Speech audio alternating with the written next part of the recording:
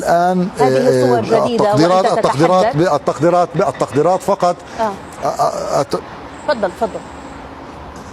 التقديرات تشير الآن إلى نحو 50 جريحا بحسب الإسعاف الإسرائيلي الذي يتحدث عن 50 مصابا في هذه العملية. كنا نتحدث إذن عن 39 إصابة، الآن نتحدث عن 50 إصابة بحسب الإسعاف الإسرائيلي. هذا يعطينا فكرة على أن هذه المحطة من المحطات المركزية والأساسية في شمال تل أبيب، وأن حجم الاصطدام كان كبيرا، وأن الحافلة حقيقة كانت مكتظة بالواقفين الذين انتظروا الحافلات في منطقة تل أبيب الكبرى إلى المدن الكبرى والصور حولها. تأتينا تباعا لو سمحت لي، ونحن نرى صورا أوضح لهذه الشاحنة. بعت الحافلات. إذن صور جديدة هذه العملية، عملية اصطدام الشاحنة بمحطة حافلات في جاليلوت شمال تل أبيب.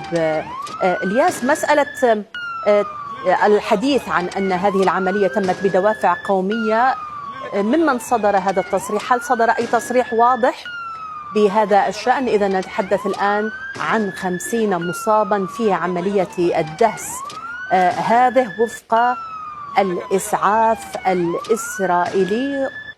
ما زالت الصور تأتي إلينا، صور جديدة أيضا لعمليات الإسعاف ووصول سيارات الإطفاء. إذن جهات عدة تشارك في عملية الإنقاذ بعد عملية الدهس هذه في جاليلوت. ونذكر بأن شاحنة اصطدمت في محطة حافلات جاليلوت، ويبدو أن عددا من الأشخاص محاصرين تحت الشاحنة، فيما أصيب الآخرون بلحظة الاصطدام. الإسعاف الإسرائيلي في اللحظات الأخيرة يتحدث عن 50 مصابا حتى اللحظة. في البداية كانت التقديرات تتحدث عن 30 ثم 39، الآن الحديث عن 50. إذاعة الجيش الإسرائيلي عن شهود عيان تنقل الآن بأن عدد كبير من المصابين جنود كانوا في طريقهم لقواعدهم العسكرية. إذن الجيش الإسرائيلي يتحدث عبر إذاعته نقلا عن شهود عيان بأن عددا كبيرا من المصابين هم جنود إسرائيليون كانوا في طريقهم لقواعدهم العسكرية. الياس، كنت قد سألتك عن موضوع الدافع القومي، وهو ما يشير إلى أن منفذ العملية هو فلسطيني، إما من الضفة الغربية أو من فلسطيني الداخل. هل هناك معلومات أكثر حول أي تصريح رسمي بهذا الشأن؟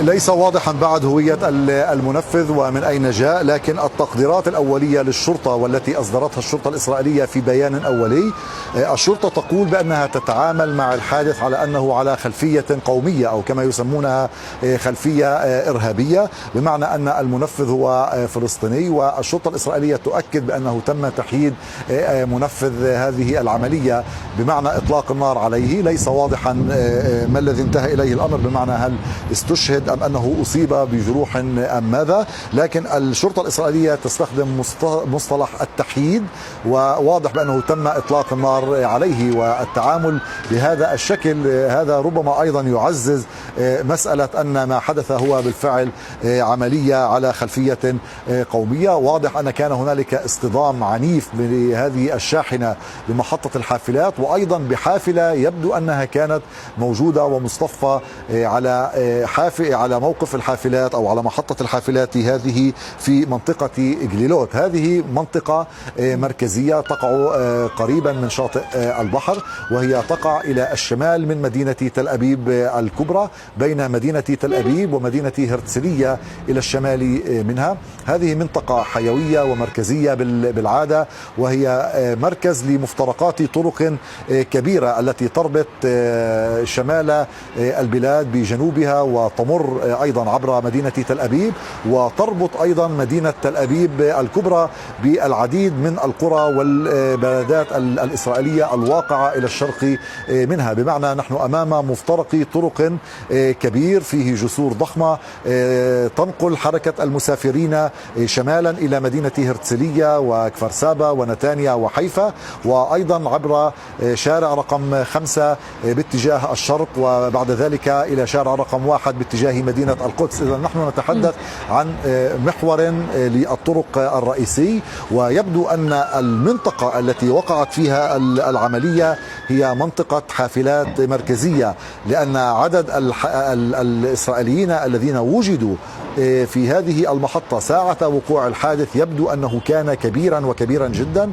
وهذا ما نفهمه من عدد المصابين الكبير الذي يعلن عنه من خلال الإسعاف الإسرائيلي الذي يتحدث الآن عن 50 إصابة، ومن بين هذه الإصابات نتحدث عن 15 إصابة توصف بأنها صعبة وخطيرة للغاية، بمعنى أنها تحمل خطرا على حياة المصابين. وبالتالي التوقعات ربما أن ينتهي الأمر بالإعلان عن قتلى أيضا في هذه العملية.